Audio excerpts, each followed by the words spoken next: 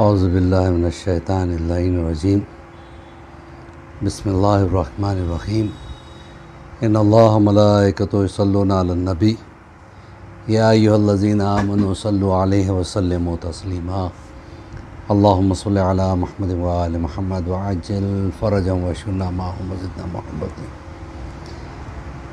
ناظرین السلام علیکم ورحمۃ اللہ وبرکاتہ۔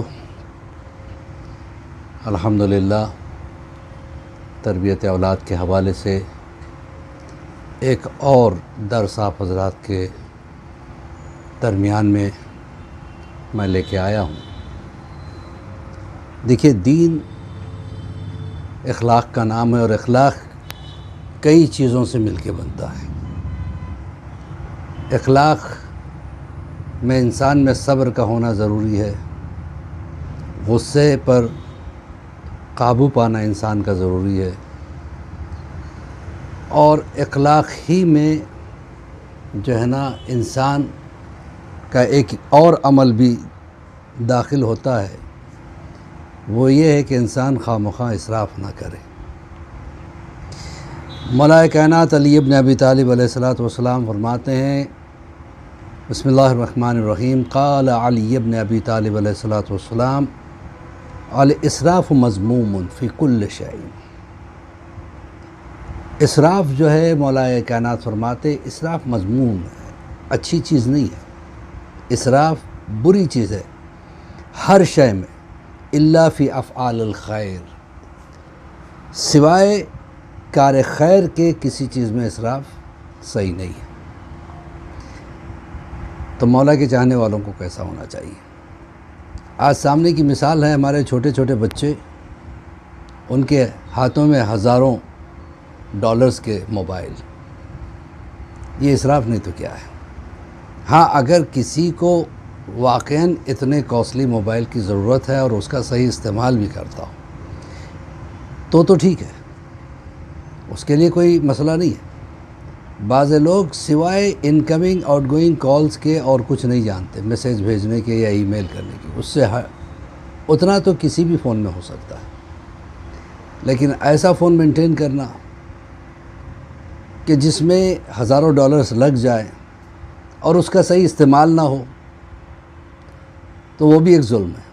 کسی شے کا استعمال صحیح نہیں کرنا بھی اسلام میں ایک ظلم ہے، اس کی جواب دہی ہے، اللہ کو اس چیز کا ہمیں جواب دینا پڑتا ہے۔ امام موسیٰ کاظم علیہ السلام فرماتے ہیں کہ اسراف کرنے والوں کی نعمتوں میں کمی پیدا ہونے لگتی ہے، یعنی اللہ ایک ایک کر کے اس کی نعمتیں لینے لگتا ہے۔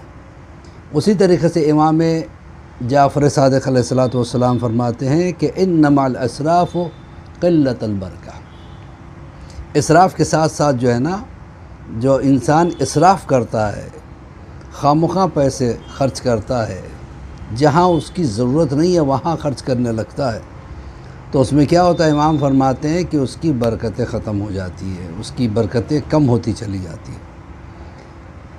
امام رضا علیہ السلام نے دیکھا کہ ایک شخص ایک پھل کھا رہا تھا، آدھا کھا رہا تھا آدھا پھینک رہا تھا،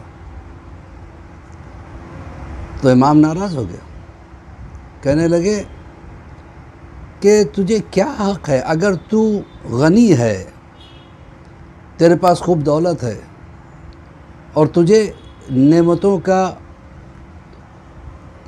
کی ویلیو کا پتہ نہیں ہے، تو ایسے بھی لوگ ہیں جو نعمتوں کو ترس رہے ہیں، تجھے حق نہیں ہے کہ آدھا پھل کھائے اور آدھا پھینک دے۔ حتیٰ کہ ایک شخص مولا کائنات علی ابن ابی طالب علیہ السلام کے ساتھ چل رہا تھا، راستے میں اسے پیاس لگی، ایک جگہ سے اس نے پانی لیا، آدھا پانی پیا، آدھا زمین پہ پھینک دیا۔ مولا ناراض ہو گئے، کہنے لگے یہ کیا کیا تو نے اسراف کیا، اس پانی کو تجھے زمین پہ نہیں پھینکنا چاہیے تھا، ہاں اگر ڈالنا ہی تھا تو کنویں کے پانی میں ڈال دیتا، دریا کے پانی میں ڈال دیتا، تاکہ پانی میں مل جاتا، لیکن زمین پہ پھینک کے تو نے پانی کو ضائع کیا۔ اس کے لیے تیار رہنا کہ اللہ کو تجھے جواب دینا پڑے گا اور اس کی سزا تجھے وہاں ملے گی۔ اللہ اکبر! آپ سوچیں، اسراف ایک خطرناک بلا کا نام ہے۔ لہٰذا بچوں کو چاہیے کہ ایسی چیزوں کے لیے ضد نہ کرے، جو ان کے لیے اسراف میں آ جاتی ہے. ٹھیک ہے. اسی طریقے سے کافی چیزیں ملتی. دیکھیے اللہ دے کے بھی امتحان لیتا ہے، لے کے بھی امتحان لیتا ہے. انسان کے پاس اگر دولت ہے تو بھی وہ امتحان کی منزل پہ آ جاتا ہے. انسان کے پاس غربت ہے تو بھی وہ امتحان کی منزل پہ آتا ہے. اب ہمیں کیسے پتہ چلے کہ ہم امتحان میں ہیں یا نہیں؟ کسی نے معصوم سے پوچھا تو معصوم نے کہا کہ جب تم پہ مصیبتیں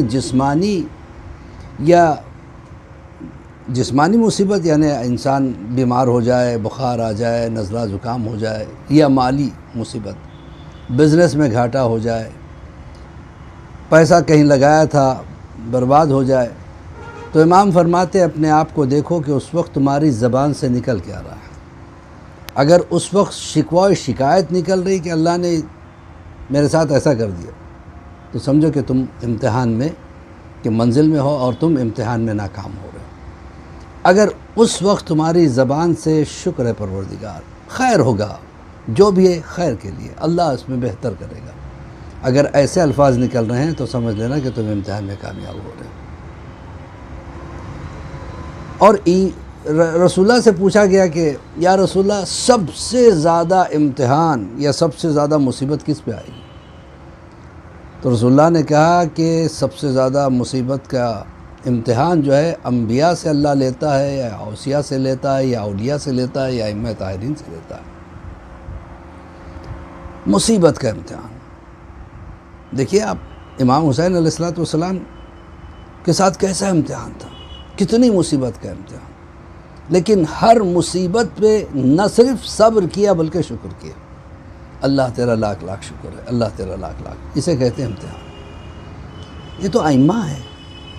پھر رسول اللہ فرماتے ہیں کہ اس پر بھی امتحان سخت ہوگا جو ان کا چاہنے والا ہو. ایک شخص آیا کہنے لگا یا رسول اللہ مجھے آپ سے بڑی محبت ہو گئی.